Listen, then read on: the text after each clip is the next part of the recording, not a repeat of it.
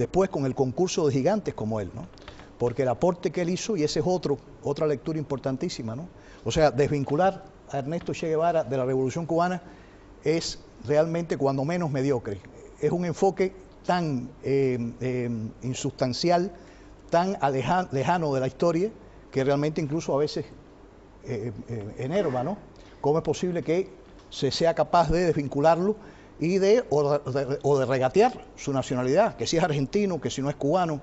No, Che no es ni argentino ni cubano, o siendo argentino y cubano, es más universal hoy que nunca, ¿no? Y tiene que ver con esa vigencia de la que muy bien tú hablabas, ¿no? Es el legado que nos ha dado. Claro. Y nos satisface enormemente contar con esas herramientas, ¿no? Que se incorpora Ernesto Che Guevara con una enorme fuerza en su pensamiento y en su ejemplo a esa necesaria e indispensable enseñanza que nuestros próceres nos han trasladado, ¿no? O sea que esto que estás planteando vos, a veces se tiende a contraponer en el pensamiento o en aquel que desconoce el fondo de la cuestión. Se intenta contraponer el marxismo al humanismo, digamos, ¿no? En una suerte de contraposición interesada. Interesada porque aparece como si el marxismo fuera un pensamiento mecánico despojado, despojado de sentimientos, despojado de movilidad, de lo que es y yo creo que como vos lo estás planteando, la figura de Ernesto Che Guevara de alguna manera es una síntesis muy importante de ese humanismo que es el marxismo, y de ese marxismo, ese contenido humanista que tiene el marxismo. Y en este sentido, la figura del hombre nuevo, por la cual bregaba Ernesto, tiene mucho de esos valores que no dependen automáticamente de una condición económica. Cuando digo no dependen automáticamente, no dependen porque es muy difícil no tener condiciones satisfechas, inmediatas, y poder desplegar todo lo que significa ser un hombre, ¿no? Ser una persona íntegra. Realmente condiciona muchísimo la pobreza, la falta de medios, etcétera, a poder desarrollar las potencialidades que uno tiene como ser humano. Pero el Che supo hacer una síntesis y poner además un acento muy importante en ese hombre nuevo, tanto que ese sujeto pasa a ser un sujeto necesario para la realización revolucionaria. No un sujeto más, sino un sujeto necesario, una pieza fundamental de un engranaje que posibilita un mundo nuevo. Y eso realmente es muy, muy importante. No hay que olvidarlo, hay que destacarlo. Y en este sentido, qué sé yo, cuestiones como la plena ocupación, que son temas que generan hoy un debate en toda Latinoamérica y en el UNASUR, la necesidad de marchar hacia un modelo donde no alcanza solamente con bajar la desocupación, hay que ir a una ocupación plena, digamos, ¿no? Donde no existan, directamente no existan desocupados, digamos, donde se permita al conjunto de la población ser parte de esta cuestión de participar en el consumo, de participar en la elaboración de productos, de participar en su realización en el trabajo como ser humano. Parece que está más vigente que nunca el pensamiento de Ernesto. Pero al propio tiempo me permito añadir que la vida pletórica, aun cuando apenas llegó a los 39 años, ¿no?, Ernesto Che Guevara, está llena también de símbolos, ¿no? Claro. Y esos símbolos son también alimento para ese ser necesario, para esa necesaria, efectivamente indispensable reivindicación del ser humano, en definitiva, ¿no? Porque sin dignidad, sin decoro, no puede haber vida real, vida sana, vida de futuro, ¿no?, que alimente en definitiva la propia condición humana.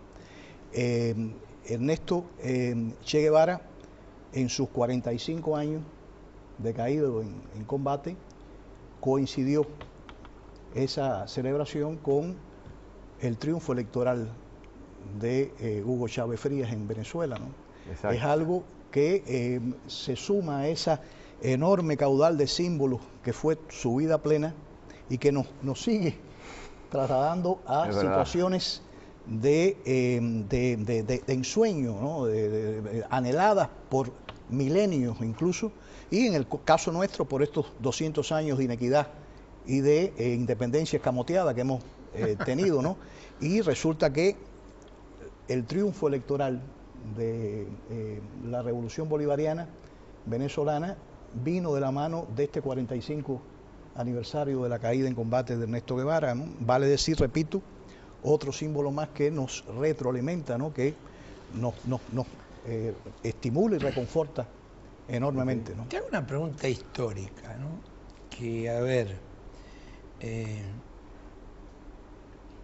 a veces es conflictiva, digamos, pero que es importante escucharla del pueblo cubano. ¿Se peleó con Fidel el Che cuando vino para Latinoamérica, como ciertos personajes dicen?